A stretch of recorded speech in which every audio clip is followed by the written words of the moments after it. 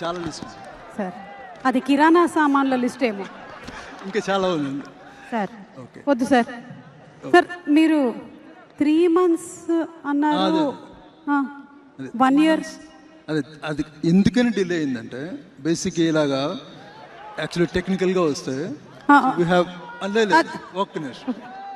So ఈ ఒక్క frame render చేయాలంటే అంటే ఇదంతా మొత్తం ఇప్పుడు మీరు చూడబోయే ఒక వీడియో ఉంటుంది కదండి, దాంట్లో మొత్తం అసలు యాక్చువల్గా సీజీఏలో వచ్చేసింది. అని సీజీ అంటే కంప్యూటర్ ప్రాసెస్లో చేసింది.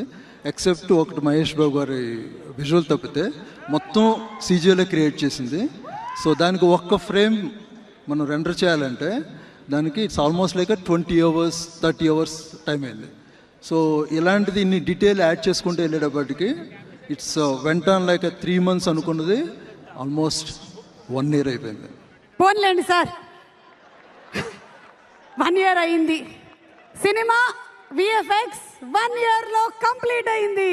కాదండి ఇది ఇప్పుడు నేను చెప్పిందంతా ఇప్పుడు రాబోయే వీడియో దాని గురించి.